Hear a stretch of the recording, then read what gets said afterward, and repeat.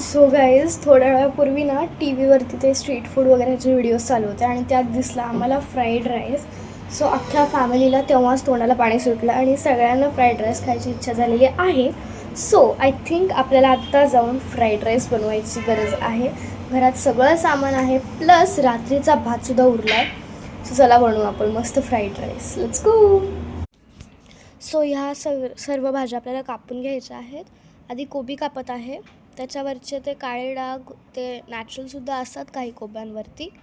आता कांदा कापते आहे, तो थोडा घसरत होता. कांद्याचे दोन्ही पार्ट्स नीट कापायचे आहेत, दोन्ही एंडवाले.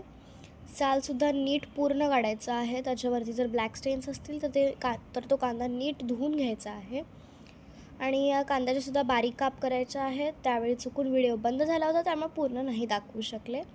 शिमला मिरच्या आणि मिरचीसुद्धा कापून घ्यायची आहे. कढई ठेवली आहे तापायला. आता 2 ते 3 लोकांच्या नुसार 4 चमचे तेल घालत आहे.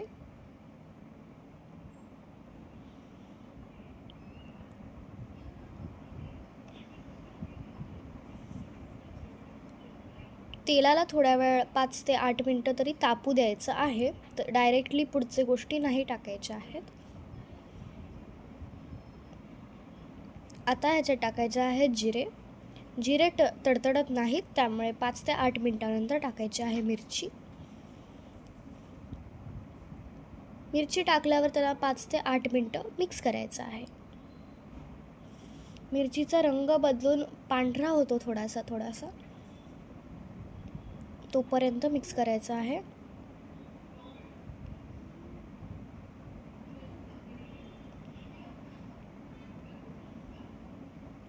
आता ह्याच्यात टाकायचा आहे कांदा.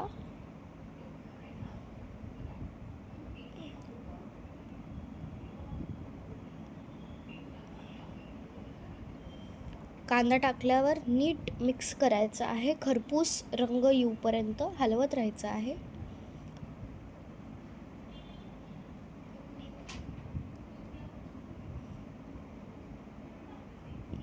आता ह्याच्यात टाकायची आहे आलं लसूण पेस्ट. मी रिकमेंड करते की घरी फ्रेश लसूण सोलून त्याच्यात आलं घालून त्याची पेस्ट बनवायची आहे. त्याला कुटून आल्याचे साल नेहमी काढा. बाहेरची पेस्ट जरी तुम्ही वापरायची असतं तर तुम्ही वापरू शकता, पण अकॉर्डिंग टू मी सजेस्ट करते की घरी फ्रेश बनवा.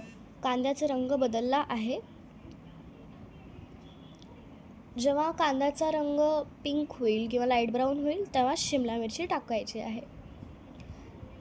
शिमला मिरची टाकल्यावर नीट मिक्स करायचं आहे. शिमला मिरची टाकता 2-3 कोबीचे काप पडले आहेत, पण प्लीज ते थोडं जपून घ्या. आत्ता खरं तर कोबी टाकायचे आहे.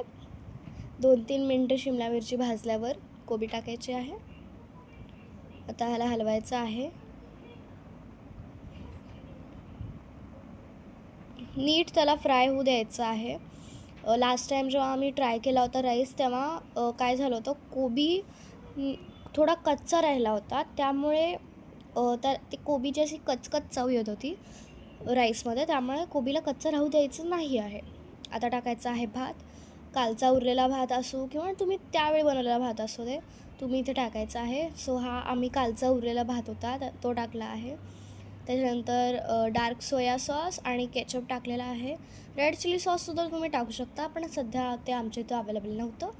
आता टाकायचे आहे मिरी पावडर, आणि आम्ही थोडं देसी स्टाईल करायचं होतं म्हणून थोडी तिखटसुद्धा घातलेलं आहे, रेड चिली पावडर.